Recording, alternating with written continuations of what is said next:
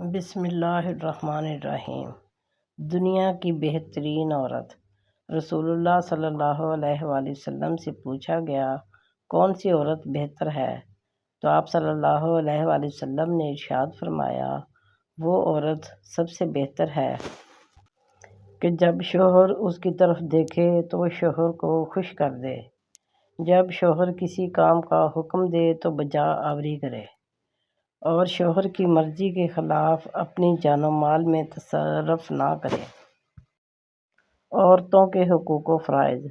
حضرت محمد مصطفیٰ صلی اللہ علیہ وآلہ وسلم فرماتے ہیں جب کسی کے ہاں لڑکی پیدا ہوتی ہے تو خدا اس کے ہاں فرشتے بھیجتا ہے جو آ کر کہتے ہیں اے گھر والوں تم پر سلامتی ہو۔ وہ لڑکی کو اپنے پروں کے سائے میں لے لیتے ہیں۔ جو اس بچی کی نگرانی اور پرورش کرے گا قیامت تک خدا کی مدد اس کے شامل حال رہے گی۔ عورتوں کے حقوق و فرائض۔ حضرت مسیح علیہ السلام فرماتے ہیں جب لڑکی بیاہی جاتی ہے تو اس کے ہاتھ میں دو چابیاں ہوتی ہیں، ایک صلح کے دروازے کی اور ایک لڑائی کے دروازے کی چابی۔ وہ جس دروازے کو چاہے کھول سکتی ہے۔ خوش نصیب ہوتی ہیں وہ عورتیں جنہوں نے صلح کا دروازہ کھولا۔ اچھی بیوی کی صفات۔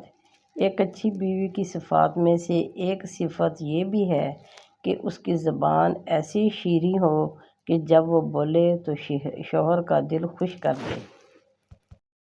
بیوی سب سے اچھا دوست۔ بیوی کے لیے شوہر سے اور شوہر کے لیے بیوی سے اچھا کوئی دوست نہیں۔ واحد ایسا دوست جو بہترین مشورہ دے، کیونکہ جو بھی ہو اچھے اور برے حالات کا سامنا دونوں کو مل کر ہی کرنا پڑتا ہے، یہی دوستی ہے۔ میاں بیوی۔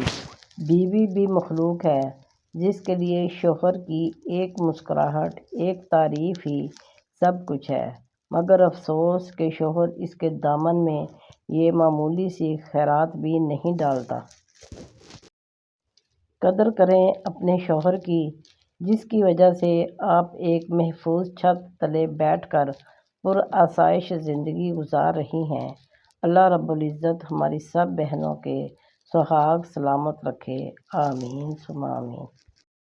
بیوی کو عزت دینے والے شوہر زن مرید نہیں ہوتے بلکہ ایسی عظیم ماں کے فرمانبردار بیٹے ہوتے ہیں جس نے اپنی اولاد کو عورت کی عزت کرنا سکھائی ہو۔ ازدواجی زندگی خوشگوار بنانے کے لیے نبوی نسخے۔ بیوی کے ساتھ کھیل کود اور ہنسی مذاق۔ ام المومنین سیدہ عائشہ رضی اللہ تعالی عنہا بیان کرتی ہیں کہ میں ایک سفر میں نبی کریم صلی اللہ علیہ وآلہ وسلم کے ساتھ تھی۔ میں نے آپ صلی اللہ علیہ وآلہ وسلم کے ساتھ دوڑ میں مقابلہ کیا تو میں آپ صلی اللہ علیہ وآلہ وسلم سے آگے بڑھ گئی، پھر جب میں بھاری ہو گئی تو آپ صلی اللہ علیہ وآلہ وسلم مجھ سے بڑھ گئے تو آپ صلی اللہ علیہ وآلہ وسلم نے فرمایا یہ اس پہلی دوڑ کا بدلہ ہے۔ میاں بیوی ایک دوسرے کے بغیر نامکمل۔ مرد چاہے جیسا بھی مکان بنا لے لیکن اس کو گھر کی شکل دینے کے لیے عورت کا محتاج ہوتا ہے۔ عورت گھر کو چلانے کے لیے چاہے کتنا بھی کما لے لیکن اس کی کمائی میں مرد کی کمائی جیسی برکت نہیں ہوتی۔ جب دونوں ایک دوسرے کے بغیر نامکمل ہیں تو پھر ایک دوسرے کی قدر کرنا کیوں نہیں جانتے۔ اگر بیوی سوئی ہوئی ہو تو اس کو جگانا درست نہیں۔ حدیث شریف۔ اگر بیوی سوئی ہوئی ہو تو بلا وجہ اس کو جگا دینا سنت کے خلاف ہے۔ سیدہ عائشہ صدیقہ رضی اللہ تعالی عنہا فرماتی ہیں کہ میں سوئی ہوئی تھی تو اللہ کے حبیب صلی اللہ علیہ وآلہ وسلم بستر سے بہت آہستہ سے نیچے اترے اور پھر جوتا پہنے بغیر ننگے پاؤں چلے تاکہ آواز نہ ہو۔